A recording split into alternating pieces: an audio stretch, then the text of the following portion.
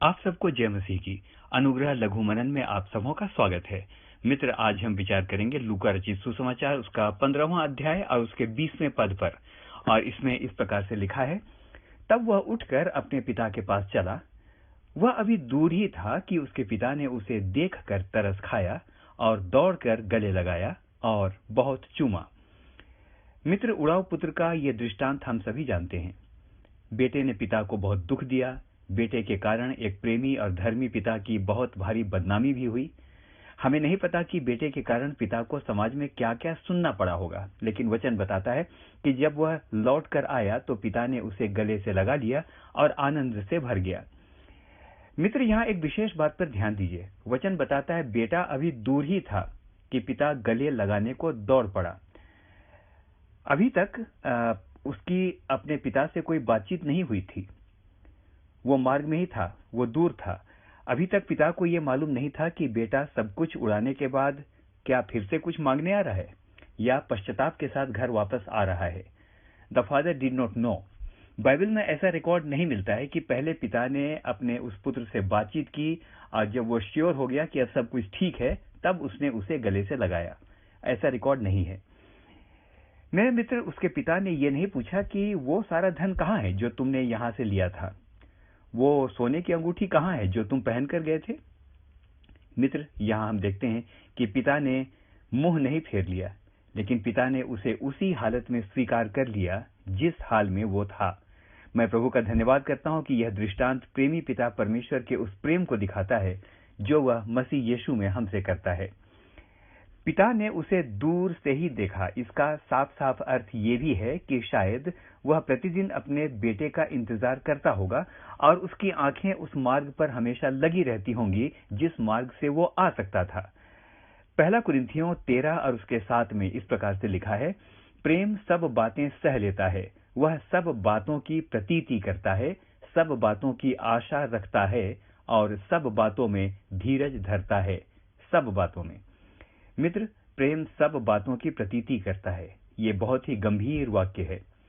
सब बातों की प्रतीति करता है, इसका अर्थ यह हुआ कि वह सभी बातों पर विश्वास करता है। उड़ाऊ पुत्र के पिता को समाज के लोगों ने या उसके मित्रों ने अवश्य कहा होगा, वो सुधर नहीं सकता। भला कभी कुत्ते की पूंछ सीधी हो सकती है? आपका बेटा दुराचारी और लंपट है, हम कभी भी उस पर विश्वास नहीं कर सकते। जरा सोचिए मेरे अति प्रिय मित्र, उस पिता को कितने दुख और लज्जा का सामना करना पड़ा होगा। लेकिन प्रेम यदि सच्चा है तो वह हर नाउम्मीदी में भी, जहां कोई उम्मीद नहीं है, अपना विश्वास नहीं खोता। वो आंसुओं के साथ प्रार्थना करता है और कहता है कि प्रभु जरूर मेरे और उसके जीवन में अपना गहरा कार्य करेगा, जिन्होंने मुझे धोखा दिया और मेरा दिल दुखाया है। दूसरा पत्रस 3 और उसके 9 में वचन कहता है, प्रभु अपनी प्रतिज्ञा के विषय में देर नहीं करता जैसी कितने लोग समझते हैं, पर तुम्हारे विषय में धीरज धरता है। मेरे मित्र, यदि प्रभु ने हमारे विषय में धीरज धरा तो ये कितना आवश्यक है कि हम भी दूसरों के विषय में धीरज धरें। हम प्रभु से कहते हैं कि हमारे लिए तो धीरज धर, लेकिन क्या हम दूसरों के लिए, जिन्होंने हमारे दिल को दुखाया है, धीरज धरने को तैयार हैं?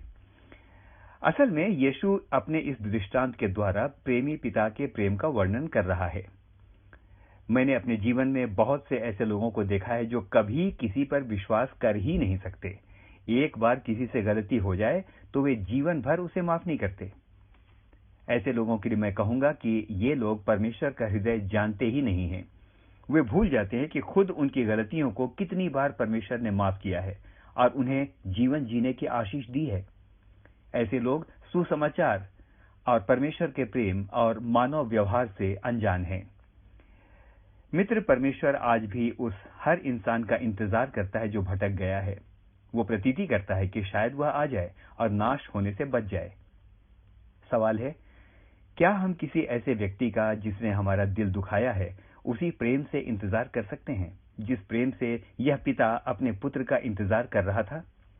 यदि हमारा प्रेम भी ऐसा ही है तो पहला यूहन्ना 4 और उसका 12वां पद आपके लिए है।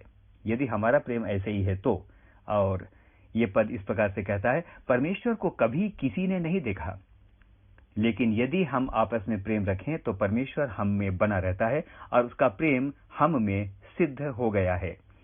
मित्र परमेश्वर हमें आशीष दे कि उसका प्रेम हम में मात्र रहे ही नहीं लेकिन सिद्ध भी हो जाए। हम में से हर एक को परमेश्वर आशीष दे। आमीन और फिर से आमीन।